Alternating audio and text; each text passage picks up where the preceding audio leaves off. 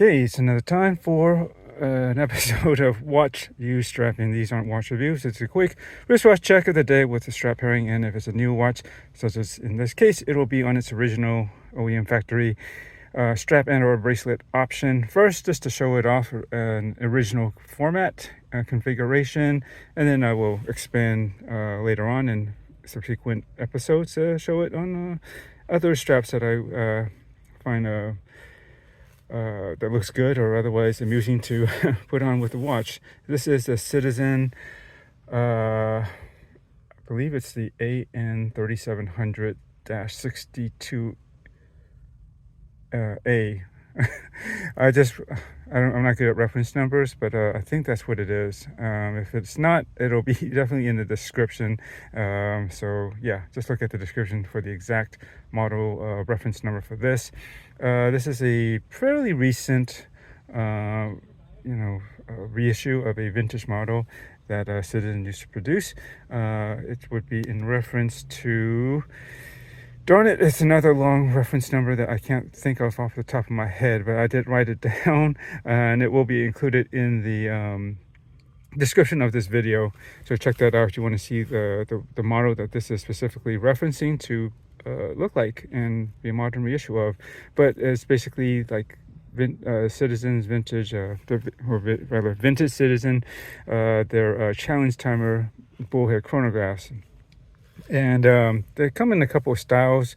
Basically, the main differences are, I think, the case. Some are more rounded, and a few are a bit more angular and octagonal, such as this one.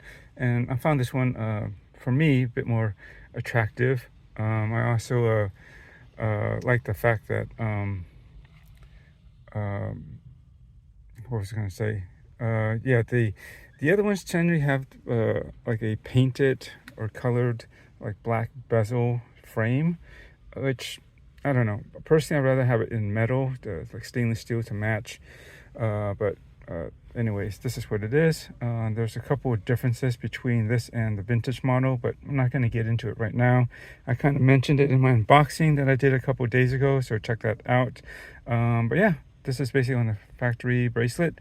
It's all right, it's I don't imagine something like this, especially vintage inspired. They're not going to necessarily put a really high-end bracelet on it, especially at this price point. I think they're roughly around $300 or so, depending on where you get it from, if you got discounts, whatnot.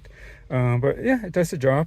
As you can maybe see, it actually it adjusts without removing any links. You basically move this locking mechanism here, the clasp, I guess, and up and down, and you lock it into place where you think it's sized appropriately. And then yeah, at the bottom, the extra piece kind of just slips underneath the rest of the bracelet, so it keeps us nice and clean. It could be a little bit tricky to put on because of the way it's designed.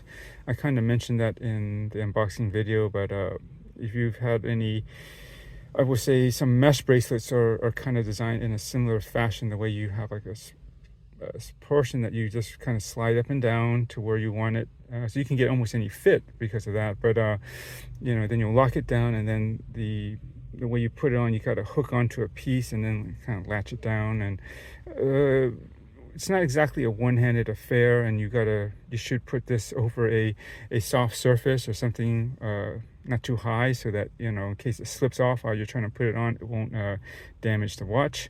That's the only trick to it, but other than that, I think it's pretty good. It's nice and slim. It works. Yeah, I would say the only thing else I can comment on about this is that I think it would have been nice. I think the overall proportions and designs are pretty spot on to the original vintage model. The only thing I would say is that the spacing, the little bit of lugs that are on the either side of the bracelet, it is a bit asymmetrical because of that. It's a bit thinner up here. I guess it keeps it tapered more and a little bit slimmer on this side, but it is wider on this back end. But then you have these pushers, so in a way I kind of get why it's a little bit more broad back here. I wish it was the same as the front, because that's how it is in the vintage model. therefore, I was thinking of putting on the vintage bracelet onto this because I kind of like the style of that more. But it actually flares out. So it's 18, and I think it flares out to about 22, and then tapers down on the vintage one.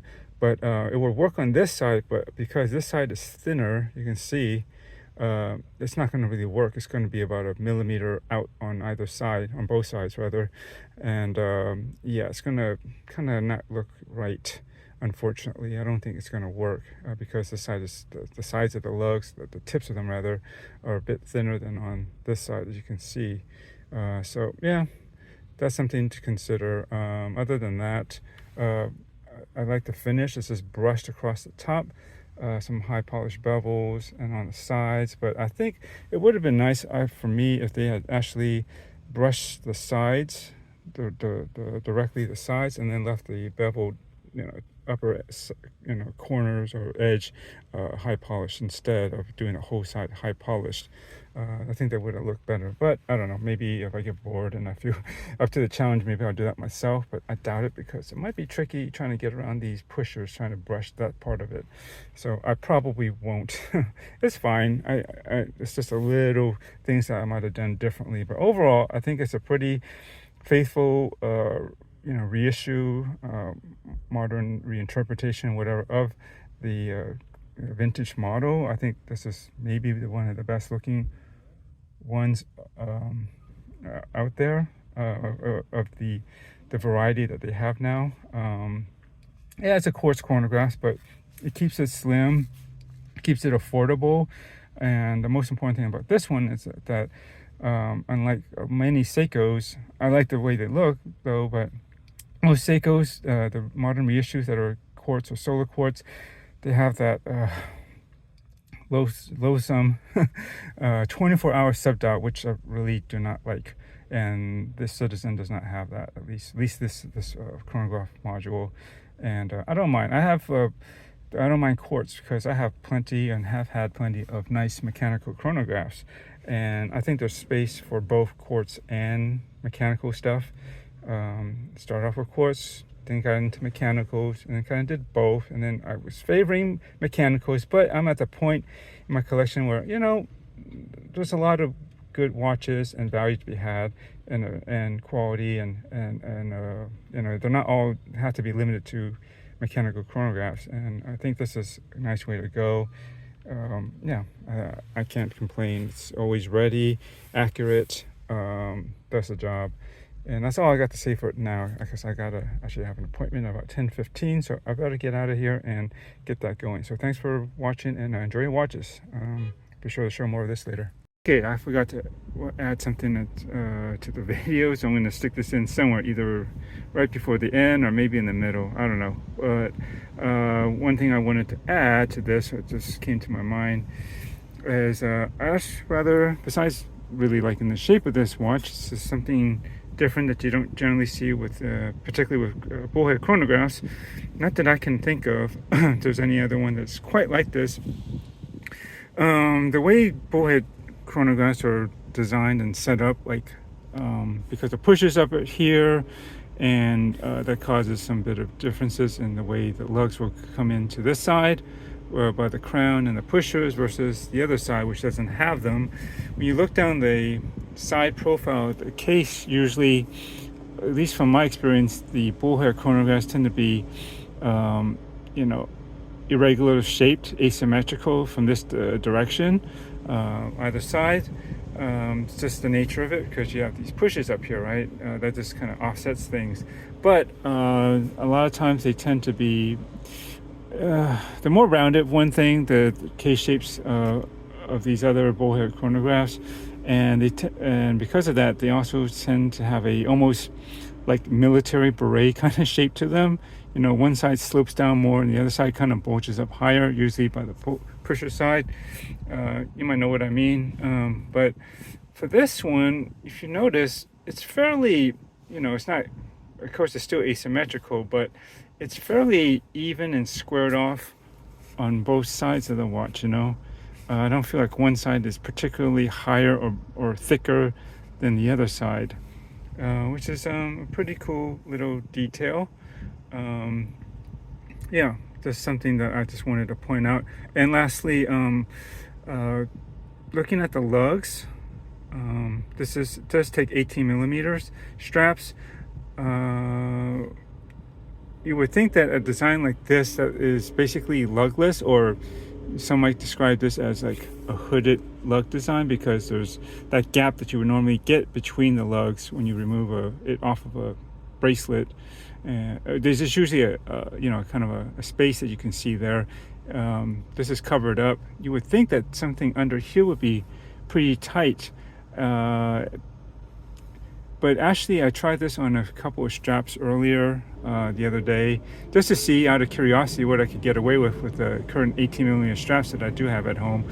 And surprisingly, there's actually quite a bit of space in there, a little bit more than I thought it would, because there are some thicker straps that I had that seemed to have no problem actually getting in here, which is pretty cool. So that actually sort of opens up the possibilities. I mean, getting 18 millimeter straps in general can be a challenge, something good, but the fact that at least space-wise, it's not really as cramped or limiting as I thought it might be in between here.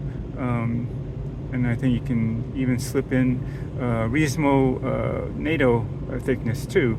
You might have to put in the spring bars after the fact. They may not go in quite directly through, depending on how thick that pass-through strap is. But I believe because it could accept fairly thick straps already, running a pass-through or NATO of some sort through here wouldn't be too bad. Anyways, just wanted to toss that bit of information in there while I can. Anyways, thanks, and let's let the video go on wherever this ends up being. And if it's at the end, well, yeah, enjoy your strap, enjoy your straps, enjoy your watches too. All right.